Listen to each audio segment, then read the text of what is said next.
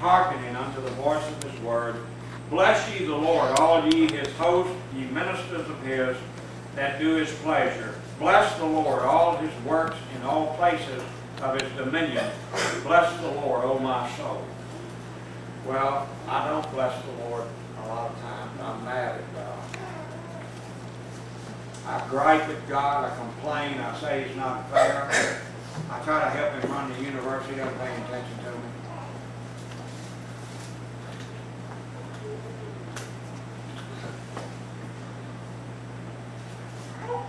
And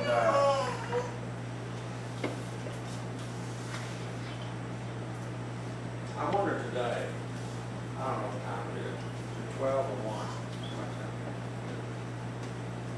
12 or 1, probably not 12. It's what? Noon. It's noon. Ah! Big job, brother. Huh? Big job, Yeah, I brother. was saying, well, I don't like those matters. Because John thought it was 1, and if he'd kept his mouth shut, he'd probably finished up.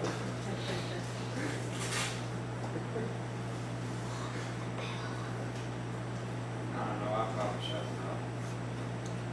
But how about what I did say? Can you deal with what I said?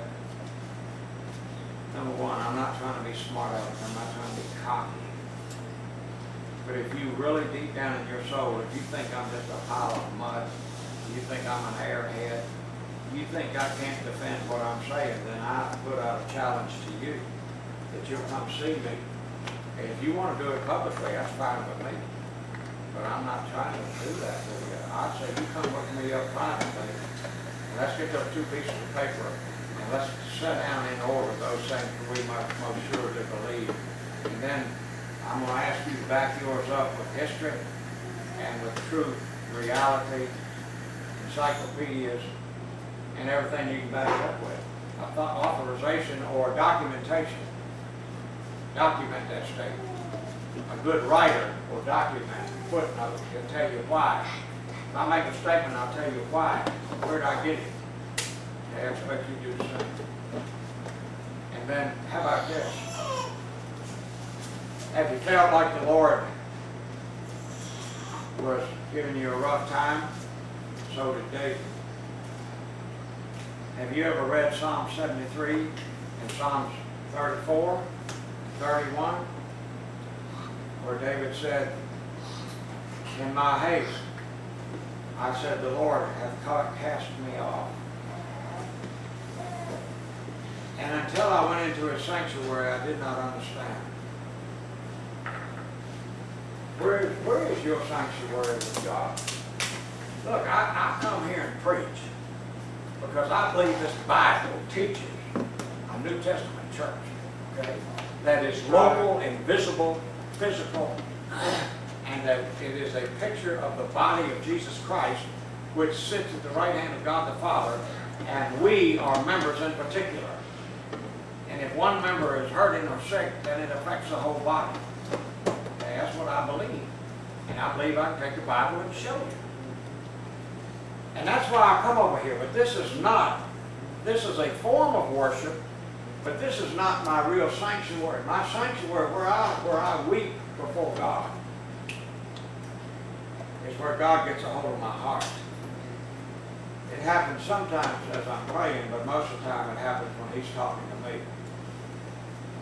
God talks to me much better than I can talk to him. This Bible breaks my heart. I worship as I read my Bible.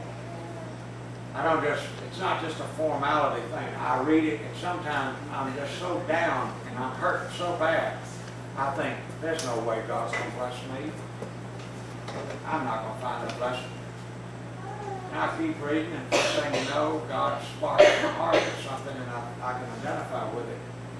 And I said, that's what I'm going through right there. And this book is alive.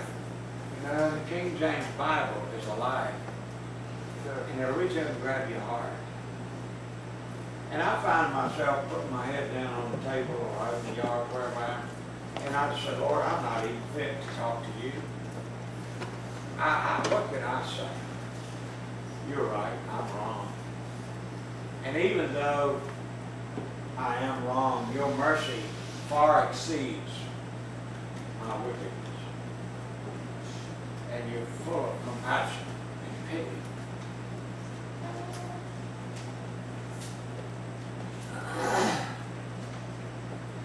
Where is it that you bless the Lord? You go play a slot machine and $700-800 fall out in your hand, you put it in your pocket, you say, oh, praise God. A lot of people would.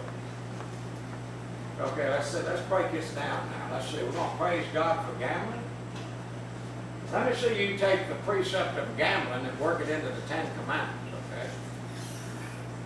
And we used to go to French Lick and preach over in front of the casino. I got the casino sued right now. And people would come up to us on the street and say, well, I'm a Christian and I thank God for the casino. I said, well, that's interesting. Why do you thank God for the casino? Oh, because you couldn't get a job around here before the casino came. I said, well, did you get a job? Yeah. Well, are you a whore? Well, no! Well, I said, well, there's going to be a lot of whores getting jobs around you too because of that casino. You got venereal disease? What? No! Well, there's going to be a lot of it in town because of the casino. You got biscuits to feed your children? Well, yeah. Well, there's going to be a lot of biscuits taken away from children because men are going to come over here and dump their paycheck in that stupid slot machine. And they'll let them win just enough to bait them on, keep them coming, and it becomes a cockeyed disease with them. They gamble away everything they have. Okay. You know what gambling is? You know what casinos are? They're the direct anti-type of thou shalt not covet. Right. You're coveting something that's not yours, and you want to get it for nothing. And God said if a man doesn't work, he doesn't eat. That's what's wrong with this country today. They don't want to do it God's way. You can't borrow your way into prosperity. You can't keep borrowing money and deficit living. Somewhere there's payday. Obama just borrowed another $300 billion for the cockeyed idiot. Do you think it was so the teachers could go back to work this year? No, it's for their retirement. And there's other people out here can't even get a job.